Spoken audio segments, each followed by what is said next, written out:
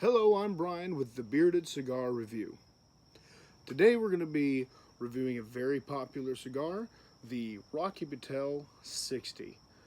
This cigar was made to celebrate Rocky Patel's 60th birthday. Very well deserved, very pretty cigar. Right away, catches the eye. Absolutely gorgeous with the band, absolute artwork on the band. This was manufactured in Esteli, Nicaragua. Actually, it says it right on the band there. I'm not huge for putting bands like that cover the entire cigar. I do like to see the actual cigar. Sometimes on certain cigars, I will find when they're putting big bands on it and covering a lot of the cigar and leaving only really the tip here to see. I have done it. I've opened it up and there's a crack or a really big vein or some kind of blemish or something that they covered up with it. I have smoked this before and last time, and that wasn't the case. The cigar, take everything off, still absolutely looked beautiful. It is a San Andreas wrapper, Nicaraguan filler and binder, which, how can you get better with that blend? I mean, everybody loves Nicaraguan tobacco. I think it's the most imported tobacco right now into the States. And San Andreas wrapper, I mean, one of the most delicious wrappers out there. I remember the first time I smelled a bundle, a whole bundle of leaves just of San Andreas tobacco, and I smelled it, and I smelled cocoa, like chocolate cocoa, and it was just delicious. So yeah, really excited for the cigar. I have had it before, like I said. Today, I'll be pairing it with wine, red wine, specifically the Juggernaut, which is a Cabernet Sauvignon. I'm not going to say the whole. It's Cabernet. It's a cab that I discovered at Publix. Anybody down south knows what Publix is. It's a food market, and it's just a delicious cab. Red wine, whiskey like Scotch or bourbon usually, coffee, especially dark roasted coffee, rum and cognac. Those are your and like IPA beers. Those are usually what you go to when you're pairing cigars for the most part to a drink. But in all honesty, in the end of the day, get a drink you like, get a cigar you like. I promise you, you're going to have a great time. You're going to enjoy both. This cab specifically looks like it was made in California, bottled by Juggernaut Wine Company in Clarksburg, California.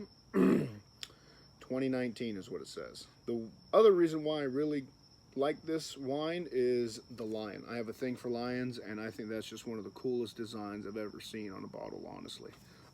That lion just looks super sick. So, to the cigar. Let's go ahead and start taking off the wrapper, taking off all the bands. No blemishes. Maybe a little thing there, but not really. Now, it is a box press, and I got the Toro size. Beautiful looking cigar, beautiful looking wrapper, great construction from just looking at it, looks like. So yeah, the bands thankfully were not hiding any kind of blemishes or anything that was wrong with it. So before we light it up, I'm gonna smell the wrapper. Love cocoa. I love San Andreas wrapper. Like I said before, it has a very to me, I think it has a very distinct odor, smell to it. I shouldn't say odor. Odor doesn't sound great. Smell. A perfume, if you will. Smells absolutely delicious. Smells sweet. Let's see the foot. Wow. Heavy sweetness, but very dark, almost chocolatey.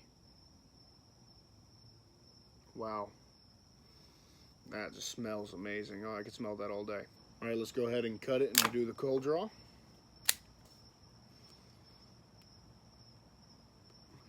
Sweetness, but very subtle. Let's go ahead and open up the wine, pour us a glass, and get this lit.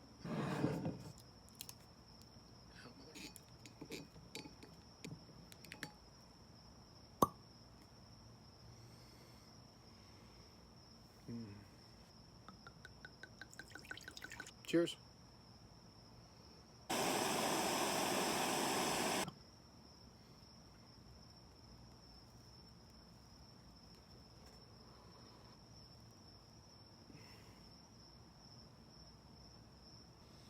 Immediately, I will say the smoke coming off of the cigar is beautiful, very nice and blue. I have heard that if you really can see blue smoke, like it's very distinctly a blue smoke coming off the cigar, that sometimes they'll, I guess, spray down or dunk the leaves maybe, but use mineral water in there, and that's sometimes the mineral water. That's sometimes the mineral water getting burned off. So not quite an inch into it yet, and I'm already getting a lot of oiliness from it. Very smooth, and yeah, I can already get a pretty big burst of flavor, and you can see how far along I am. I'm nowhere near an inch. I'm not quite to the point where I'll do a retrohale quite yet, but already very enjoyable. So here we are with the first inch, already getting going. And I tell you what, I know it's blue probably because of the mineral water, like I was saying, but just watching it pour off of this cigar, I could watch the smoke come from this thing the whole day. So let's go ahead and do the first retrohale.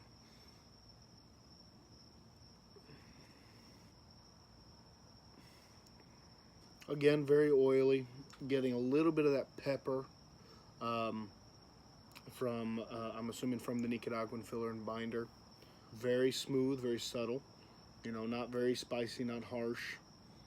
Well, I was kind of hoping that it would go until half, and I haven't gotten half. Half point I think would be like right here. But I was hoping it would go until half until it ashed, but it ashed. The first ash, you know, pretty dang, that's part of it. Let's see the other half here. If I can pick up the other half. No, couldn't pick up the other half. Fell apart. So this and a little bit more. Not terrible. Not a bad ash. Again, I was hoping for a little bit more of an ash. I mean, it seems very firm to the touch, which is good. No soft spots or anything like that. Pretty dang consistent throughout the entire cigar. Still a decent ash, you know, at least an inch and a half maybe. Since it did ash, let's go ahead and try to retrohale it without any more ash on it.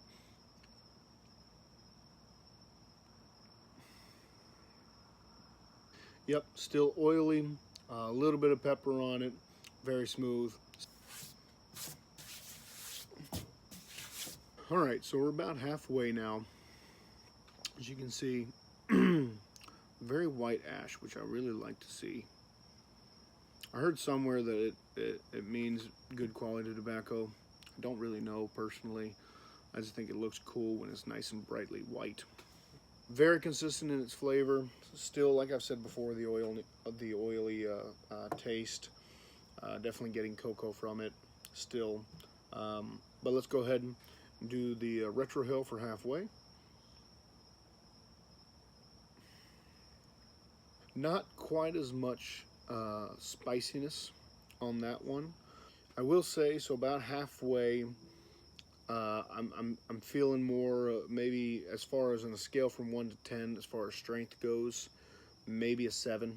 7 is it is kind of medium, more medium to full, but I'm still enjoying it. No spins, nothing, and yeah, very much a good cigar, nice and smooth. So overall, very nice cigar. The only thing I would say is it did go out on me. After it ashed the first time, it went out on me about 2 more times after that. I had to relight it. That's the only criticism really I would give it. Other than that, very nice smoke, paired very well with the wine. And yeah, I enjoyed it. If you like this video, go ahead and like it. If you haven't, subscribe. If you like these videos, if you want to see more, go ahead and subscribe. As always, drop a comment if you've had the 60 and what you thought of it and what you liked about it. You know, who were you with maybe? Tell me, what did you drink it with? You know, what did you pair it with?